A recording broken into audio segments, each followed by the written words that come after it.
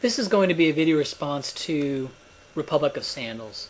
Now, I don't plan on making a whole lot of video responses on this channel, but this guy made a bunch of really unoriginal and dumb arguments, and it would be good to have on my channel just a video that responds to these arguments, just so it's there. And also, Republic of Sandals is kind of a little turd, kind of a little shit. If you go watch his videos, you'll see what I mean. Before getting into the video, I just want to say to Republic of Sandals, my Fringe Elements account did not get banned. You can look it up, and because at the end of his video, Republic of Sandals was saying, "Oh, why are you making videos on this account? Did your other account get banned?" No, it did not get banned. You can go see it. It's right there. And it's really odd that you would say something like this, especially because, Fringe Elements getting banned would be kind of a, there'd be a hubbubaloo about it. Okay.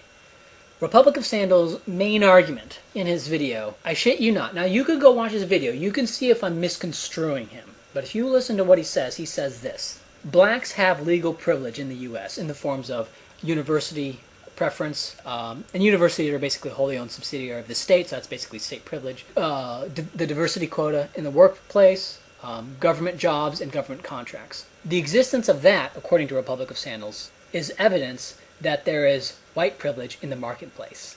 He didn't say it like that. He said that the reason these things exist is because there is white privilege in the marketplace. Do you see how this works? Like, oh, the existence of this means that it corrects some counterbalance. Now, historically, this is just stupid. This is dumb, dumb, dumb. You look at Malaysia's or Chinese in Malaysia; they're discriminated against legally and marketly and culturally. You look at Armenians in Turkey, same thing. You look at Jews through most of their history. Yeah, they were not privileged in the market, and they were legally discriminated against. And you even go back to blacks in the U.S. when they were legally discriminated against. Were they privileged in the market? Not really. Now, I think that the discrimination in the market against blacks was a bit exaggerated in that it had no real effect, but I'll get into that later. Now, we look at blacks in the U.S. today. They are legally privileged. So, blacks in the U.S. are legally privileged today. Yet this is the only point in history. Despite all of history, legal privilege correlating with market privilege, like almost to a T, this is the only point in history in which it's not true, which there's legal privilege to offset market privilege. See, what I think there is that there is a mythology going about, that there's a story, right? And the story is that blacks are oppressed. That is the story.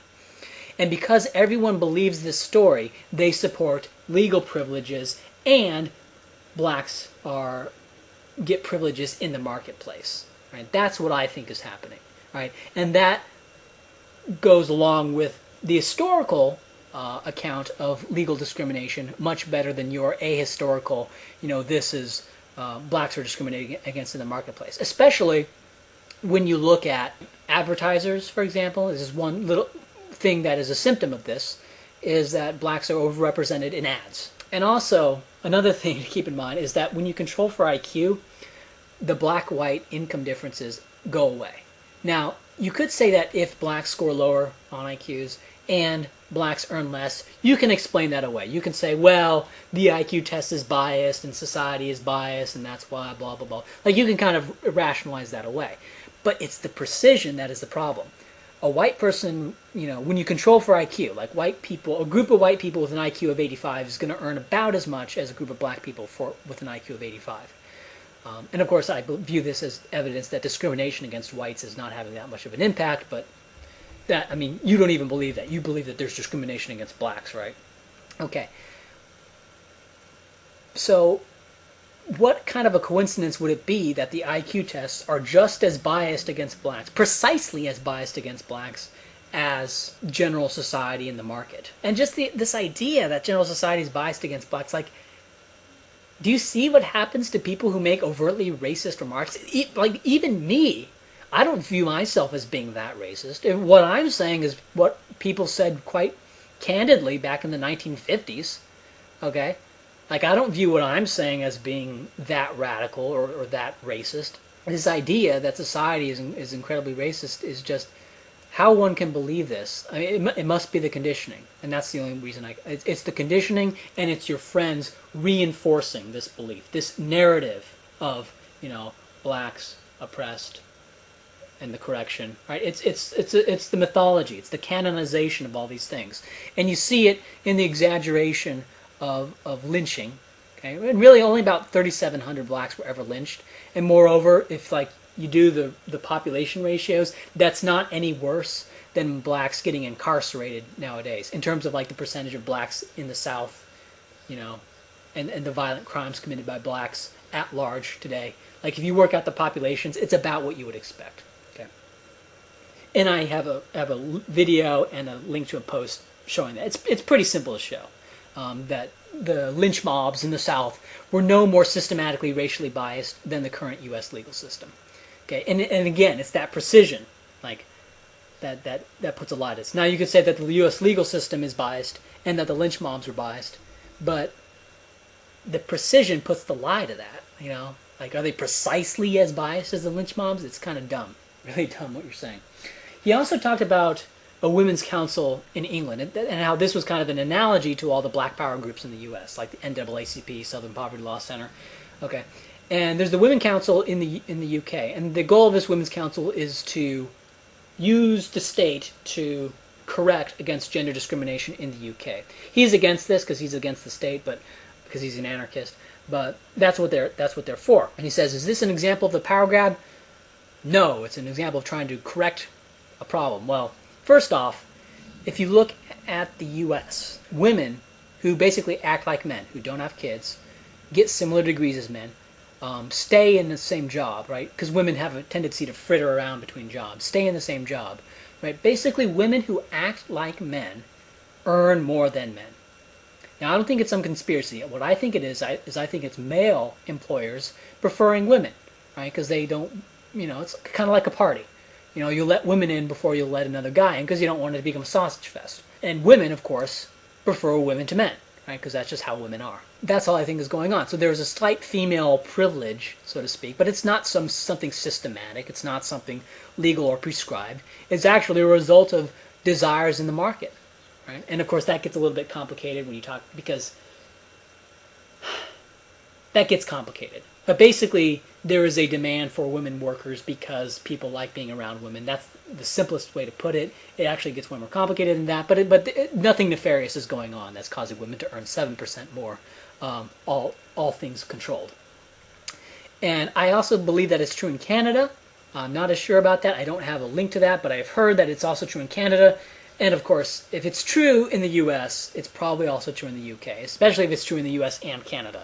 Another thing he talked about was anti-discrimination laws. He said anti-discrimination laws would not have been passed if the federal government did not intervene in the South. And I agree. Right? And anti-discrimination laws are a terrible thing and a terribly dumb thing. Whenever I think about anti-discrimination laws, I think about how in Australia they had women's-only tours of the outback. And a judge, the courts then determined this to be discriminatory and that they had to let that men were being deprived an opportunity. An opportunity for what, you ask? Well, an opportunity to butt in where they are not wanted. Okay, anti-discrimination laws are insane. It's insane. Like, let's say you have like, or let's do another example. Let's say you have like an all-black restaurant. And the idea of this restaurant is that it'll just be black people. You know, us black people like to be around other black people. We don't want to be around white people. We don't want to have to deal with white people. Okay, we don't want to have to watch what we say because we're around white people. You know, and they'll have an all-black restaurant. What kind of an asshole would go there and say, I have a right to be served here. Serve me some food. I'm going to sit here and I'm going to pout until you serve me. Because I have a right. I have a right to be with you. Like, you know, it's kind of like in high school where you have like the cool club or the cool kids. And some little twerp wants to, you know, hang out with the cool kids. No, they don't want to hang out with you. Also, like, why you don't really want to hang out with them, really. And like, what are you doing? And let's say you have a bunch of, you know, white people who don't like to be around black people. Okay, and then some black guy tries to come and say, hey guys, can I hang out with you? Hey guys, can I be served here in this very clearly marked all-white establishment? Like, you're dumb and you're imposing for doing that. When you look at anti-discrimination laws and you apply it to real people and real interactions, the absurdity becomes very apparent. So, now of course I'm against forced discrimination, right? I think people should be associated freely, right? And free association also means exclusion. It means not associating with people you don't want to associate with. Lastly, I accused him of being a black nationalist, and he does not like this. Well, let me put it like this. You call me a white nationalist, right? I do not advocate racial privileges, legal racial privileges for whites. I do not advocate white racial privileges in universities. I do not advocate white racial privileges in, government in any way. Okay, so what in terms of what I prescribe, I don't advocate any white racial privilege at all. Now, you advocate black racial privilege, also Hispanic racial privilege. So maybe you're right. Maybe it was kind of unfair to call you a black nationalist. Maybe I should just call you a anti-white racist, because you're also a Hispanic nationalist, Eskimo nationalist. Basically, but for the most part, black and Hispanic nationalists. Those are the two biggest groups. So that's what you are. But a subset of that is black nationalist. So you are a black nationalist in addition to all those other racial nationalists. Now, I know you do not like this, right? Because you see yourself, you're the new Mandarin, right? You're on the cutting edge of societal evolution, right? You are a social anarchist. I know what you think. I know, little turds like you. I've dealt with little turds like you for years, okay? But you are, in fact, a black nationalist. You are more of a black nationalist than me. And you are more of a racist than me.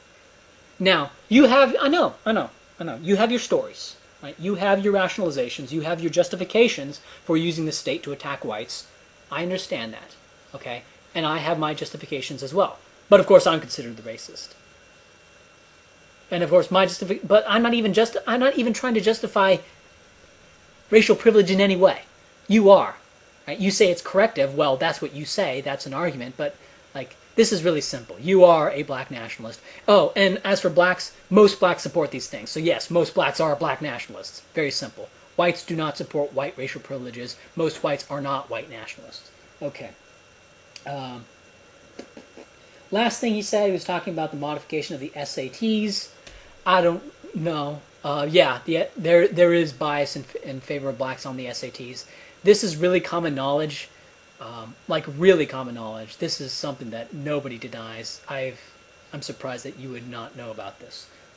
He didn't deny. He said he didn't know, which surprises me.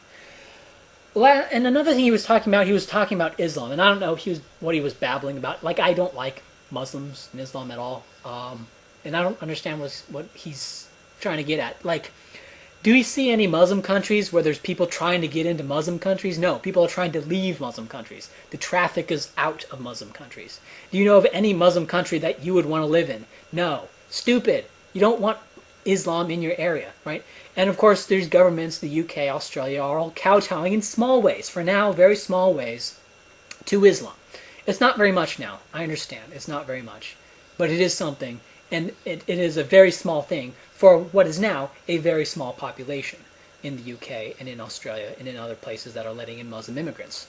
So, how does that bode for the future? That's the concern. The concern is looking at Muslim countries today and how they suck, okay, and looking at the effects that such a small Muslim population is having. Imagine the effects that this Muslim population will have when they become, say, a third or half or, a majority of the population of these places. Islam is bad. Just don't do it. Don't tolerate it. Okay.